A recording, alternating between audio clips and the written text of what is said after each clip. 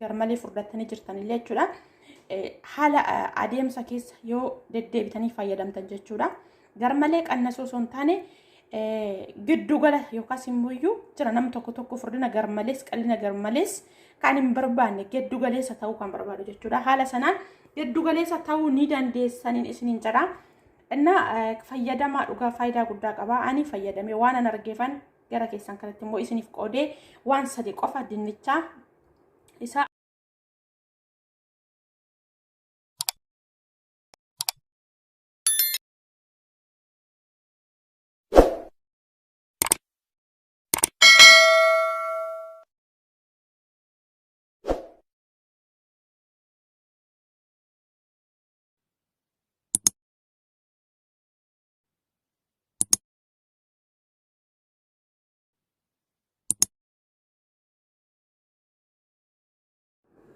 Ashama harka fuudhee akkam jirtan hordoftoota chaanala kootii kan taatan marti keessanuu nagaan rabbii lafaaf iddoo jirtanitti isiniif haa baay'atu.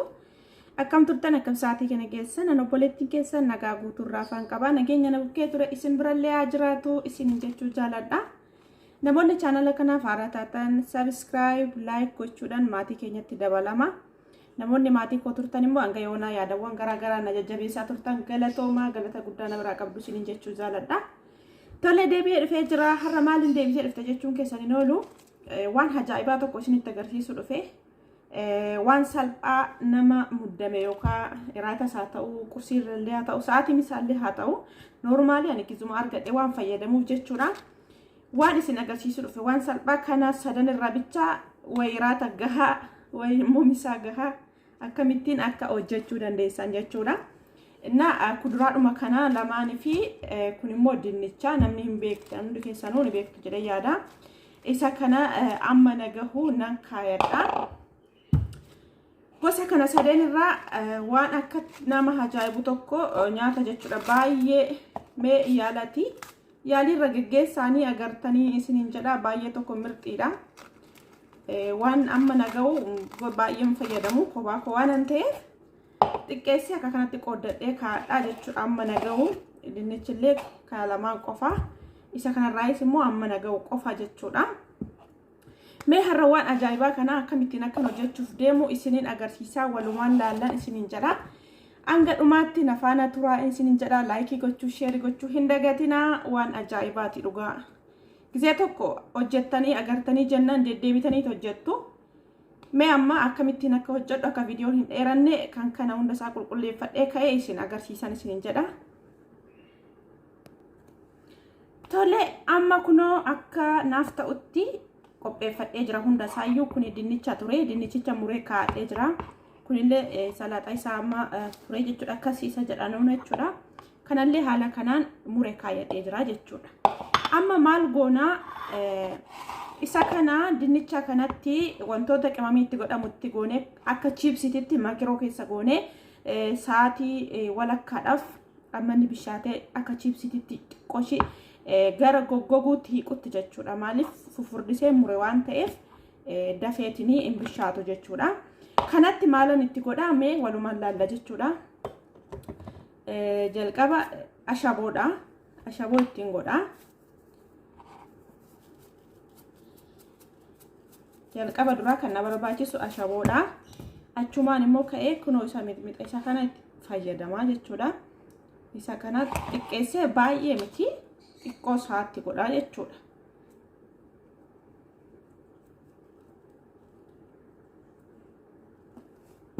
Achiin booda immoo inni kunillee filfila soodii isa jedhan jechuudha. Qunda barbareen akka biyya keenyaatti jechuudha. Isa kanallee xiqqoo ishee itti godha jechuudha.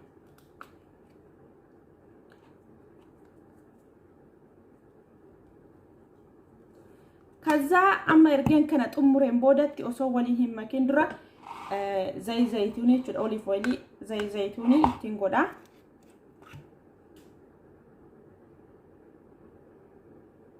ኢትምባይ ኢሱ ጥቆድማይ ኢትጎዳ አካ ምጥምኒ ኩኒ ወሊን ወልመኩ ጀቹዳ አማ ኢሳ ከነ ሐላ ከናን አከሲ ወሊ መክኔ ታኔ አካ ቺፕስ ኢቲ ጀቹዳ ኢሳ ከነ ማይክሮ ከሰኮና ኢምቢሼሳ ጀቹዳ dhugaa baay'ee tokko jaalattu hojjedhaati ilaala nyaata salphaadha sa'aatii isinitti fudhatu akkasumas immoo yeroo tokko fakkeenyaaf amma nyaata qalal jedhe fayyadamuu yoo barbaadan akka kanatti jechuudha akka salaataatti fayyadamuu dandeessu jechuudha amma isa kana maakiroo keessa goona jechuudha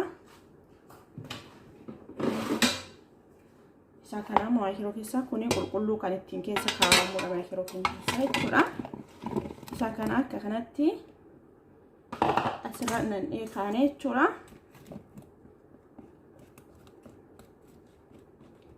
sa'aatii baay'een fudhatu dafee kan bilcheessu sin jira daqiiqaa yoo itti daballe jechuudha xiqqoo qasdee bilchaatu soo jenne immoo akkasuma daqiiqaa isa qannasne kaa'uu ni dandeenya jechuudha kana amma maakiroo keessa nan kaa'a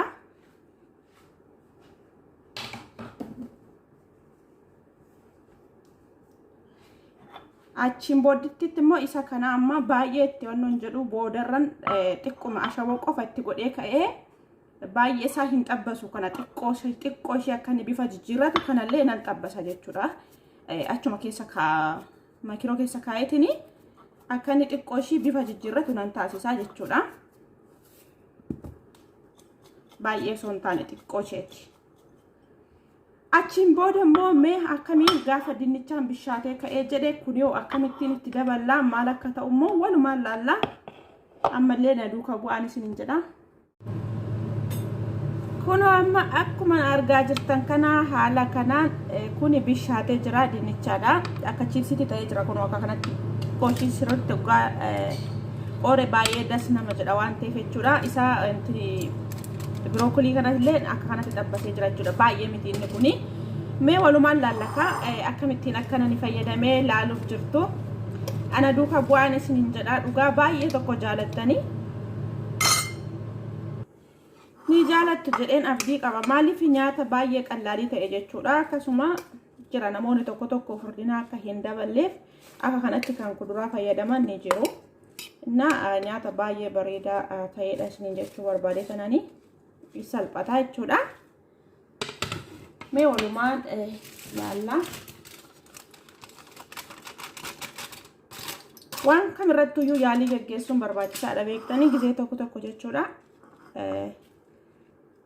nyaata gosa tokko fayyadamuurraa yaalii geggeessuun barbaachisaadha akka kanatti yaalii geggeessaan isiniin jedha salaaxa sila muradhee kaadhee immoo kun as jira innillee haala kana miiccee qulqulleessee jechuudha garuu wanni isiniin jedhu kuduraa kana ani xiqqoo viidiyoon akka hin dheeranneef anani jalqaba hoggaan miiccu isiniin agarsiisne yeroo miiccitan birookolii kanas ta'ee kas kana isa kana kuduraa kanallee ta'e jechuudha venegaarii yookaan kalii isa isaan jedhan isa kuduraadhaan miiccamu sana itti godha xiqqoo ishii tursiisaa daqiiqaa 10 waan hin caalle jechuudha ani amma qulqulleesseera dinnichallee akkasuma isaaniin miicce jechuudha battala kanatti waan fireeshii akkasii gaafa fayyadamtan jechuudha isa fayyadamaa maaliif dhiibbaa tokko seeraan hin gahu jechuudha sanaaf fayyada yeroo kamiyyuu jechuudha wanti akkasii jechuudha kaza akka kanatti hergen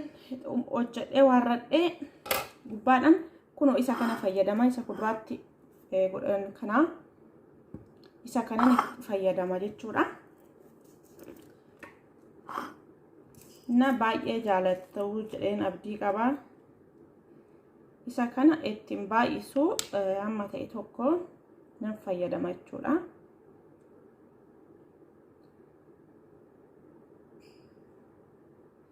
kanaaf obboloota ko waan kamirrattuu gizee tokko yaalii geggeessuun barbaachisaadha already kun dhumee jira garuu anaaf amma naga'ee jira naaf ta'eera isin jechuu barbaade kanani yaalii geggeessaa nyaata gizee tokko jechuudha nuti hojiidhaan dadhabnee nyaata hojjechuu gizee itti salacha'amnu jira jechuudha kan jaraa hojjetaa ollee gaafa kan keenyarra geenye gaafa dadhabnee dhiisnu caala jechuudha kanaaf yeroo kamiyyuu waan argattan irratti yaalii geggeessaa hojjettanii tooni nyaanni kun naaf ta'a hin ta'u hojjettanii madaaltanii achi kaatanii yoo isinii ta'e itti fuftan jechuudha maaliif qof viidiyoo itti achi garagalcheen isin agarsiisa kun haala kanaan jechuudha agartanii jirtu haala kanaan nyaata baay'ee bareedaa ta'e jechuudha fayyadamtanii jechuudha maaliif tokkoffaa fayyaa keessaniif baay'ee faayidaa guddaa qaba lammaffaa immoo nyaatawwan garaagaraa gizee hunda akka garaa keessanitti mana keessatti argattan jechuudha. Maaliif mana ofii osoo ta'ee sirriidha waan kamiyyuu filatanii hojjetatan jechuudha. Garuu mana namaa gola namaa gaafa jiran immoo wanni hunduyyuu namaa mijachuu dhiisuu danda'a jechuudha. Inna haala kanaan mana keessatti waan kamirrattuu yaalii geggeessaa waan argattan irratti jechuudha. Nama haala kanaan guyyaa tokko jechuudha nyaanni hin jiru mana ruuza bichaadha. Ruusni kun immoo yeroo baay'ee nama salachaa. Namni kamiyyuu ni beektanii namni gola namaa keessa jirtan nyaata kana hojjedhee ka'ee argee nan bakka erga sana ruusni jiraate jiraachuu baate dhimma ittiin qabu jechuudha. Bakka maaliif guyyaa tokko walitti fufee osoo hin taane guyyaa nyaanni ruuziin sun na salacha'ee yookaas dadhabe bakka haala salphaa ta'een daddafee kana hojjetadhee nan nyaadha jechuudha. Maaliif isinitti qallalallee baay'ee fayyaa keessaniif illee faayidaa guddaa qaba jechuudha. Kanaaf obboloota koo waan sadi qofa fayyadamee dinnicha salaaxatti muran fakkeenya goommanaa kana akkasuma immoo birookolii kan jedhaniin kana maaliif kuni furdina qaama keessanii irratti jechuudha. Namni garmalee furdattanii jirtan illee jechuudha. Haala adeemsa keessa yoo deddeebitanii fayyadamtan jechuudha.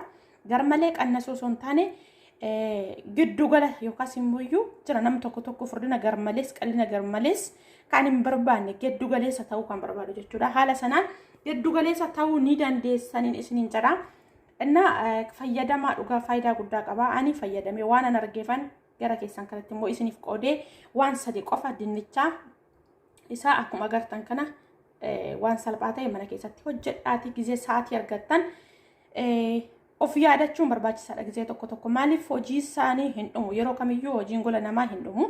Hojjennee kan isaanii xumurree gaafa kan keenya irra keenya dadhabnee dhiisna jechuudha. Kanaaf hin dadhabinaa hagam yoo dadhabdanis of yaadadha. Maaliif hojii wajjiniin nyaatni yoo dhabame baay'ee ulfaata jechuudha. Maaliif hojiin hagam akka ulfaatu ni beekna hundumtuu warri keessa jirru. Kanaaf akka sanaan isiniin jedha obboloota koo kana viidiyoon ani irra isiniif qooduudhaaf dhufee haala salphaa ta'een xumuree jira. Kana fakkaataa itti fayyadamaa isin fayyadaa isiniin jechuu jaaladha. Nagaan naaf toladha viidiyoon kiyyaarraa asumarratti xumura. Hanga viidiyoo biraa walitti deebinutti turtii gaariin isiniin jedha. Koottaa amma isa bilchaate walumaan haa nyaannu koottaan isiniin jedha. Itti siyyaamee jira. Koottaa wajjumaan nyaanna. Laayikii gochuu sabiskiraabii namni haaraa taatanillee maatii keenyatti dabalama sabiskiraab gochuudha. Komentii irratti immoo yaada keessan naaf qoodaa yaada keessan naaf qooduu hin dagatinaan isiniin jedha. Akkana fakkaataa koottaa walumaan nyaannan isiniin jedha. Nagaan naaf turaadha. Sila gaafa nyaata ofiif jaalatan yookaan nyaata das nama jedhu keessi nama fudhatu tokko hojjetanii kaan nama wajjin gaafa nyaatan baay'ee das nama jedha. Haa ta'u malee kaa'uma gochuun hin danda'amu. Gwaddanyaallee of bukkeedha hin qabu isiniin jechuu barbaade tananii akka kana fakkaataa nagaan naaf turaa yaada keessan komentii jala naaf kaa'u hin dagatinaan isiniin jedha. Bye bye.